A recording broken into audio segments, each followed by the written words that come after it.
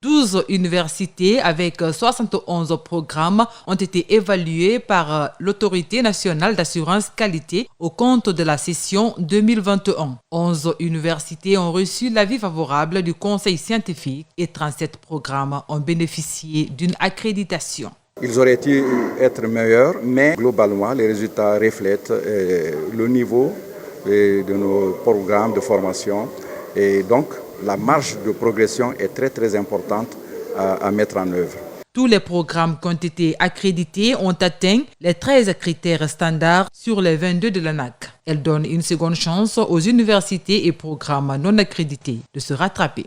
Un certain nombre sont accrédités sous réserve et ont un an pour pouvoir corriger les lacunes qui ont été constatées et atteindre le minimum de standards pour être accrédités. Et pour ces programmes accrédités sous réserve, au cas où ils parviennent à montrer qu'ils ont atteint certains standards, on statuera l'année prochaine et on délibérera pour 4 ans.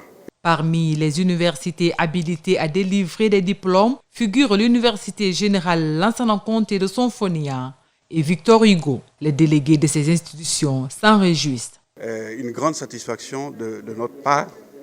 On a eu d'abord une reconnaissance au niveau des entreprises, dans la mesure où tous nos diplômés de master ont été embauchés avant même la remise des diplômes. Et on vient d'avoir aujourd'hui une reconnaissance de l'institution qui a fait une évaluation, donc d'abord une auto-évaluation de nous-mêmes, ensuite une évaluation externe et qui valide notre université avec un score très intéressant.